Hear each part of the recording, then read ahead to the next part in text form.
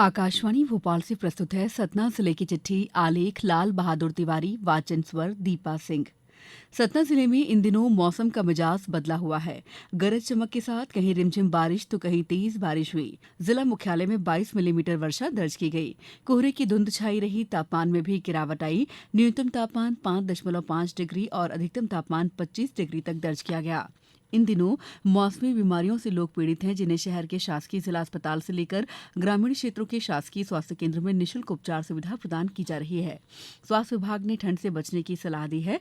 वहीं जिले में शीत ऋतु के प्रभाव से तापमान में गिरावट होने के कारण जिले के अंतर्गत संचालित सभी विद्यालयों में पढ़ाई कर रहे छात्र छात्राओं के स्वास्थ्य पर प्रतिकूल प्रभाव पड़ने की संभावना को ध्यान में रखते हुए नर्सरी से कक्षा 8वीं तक सभी विद्यालयों के संचालन समय में परिवर्तन करते हुए सुबह 9 बजे नियत किया गया है। कृषि विभाग ने इस मौसम में किसान भाइयों को सलाह दी है कि वे सरसों में बिजाई के 35-40 दिन बाद पहली सिंचाई करें और सिंचाई के साथ बची हुई यूरिया की आधी मात्रा 35 किलोग्राम अवश्य डालें। सिंचाई करते समय ध्यान रखें कि हल्की सिंचाई ही करें, खेत में पानी खड़ा न होने दें। रसायन पानी में मिलाकर 15 दिन के अंतर पर 2-3 बार छिड़काव करें। साथ ही मौसम पूर्वानुमान को ध्यान में रखकर ही फफूंदी नाशक का प्रयोग करें।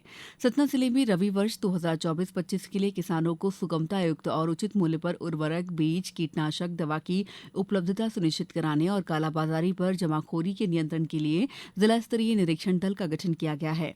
सतना जिले में फसलों के लिए जिले में किसानों को पर्याप्त मात्रा में उर्वरक उपलब्ध कराया जा रहा है। सतना जिले के दीनदयाल शोध संस्थान चित्रकूट के स्वास्थ्य प्रकल्प आरोग्य धाम के उद्यमिता विद्यापीठ के लोहिया सभागार में परंपरागत वैद्यों के 2 दिवसीय सम्मेलन हुआ।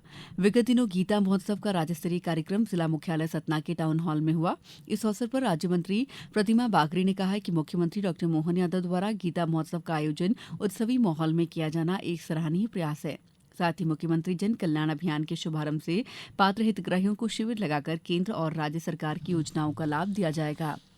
सतना और मैहर जिले की कुल 3,83,829 लाडली बहनों के खातों में कुल 47 करोड़ 5,16,850 रुपए, नवंबर दिसंबर की 1,250 रुपए की प्रति हितग्राही राशि का अंतरण भी किया गया। राष्ट्रीय उपभोक्ता दिवस के अवसर पर कलेक्ट्रेट सभा कक्ष में खाद्य आपूर्ति और उपभोक्ता संरक्षण विभाग द्वारा 24 दिसंबर को एक दिवसीय कार्यशाला का आयोजन किया गया। सतना जिले में अंतिम नेशनल लोक अदालत का आयोजन किया गया, जिसमें 1845 प्रकरणों का निराकरण आपसी सहमति से किया जाकर 15 करोड़ 54,61,047 रुपए के अवार्ड पारित किए गए, जिसमें न्यायालय में लंबित 1282 प्रकरणों के अलावा प्री लिटिगेशन के 563 प्रकरण शामिल रहे।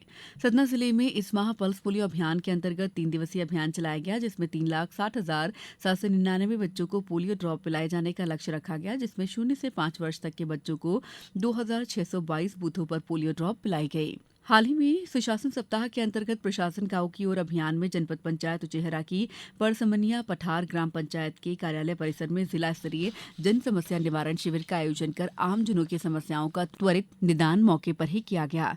जिले में केंद्र सरकार की प्रधानमंत्री आवास योजना का लाभ जिले के जरूरतमंद लोगों को मिल रहा है, जिनमें गरीब और बेघर परिवार शामिल हैं।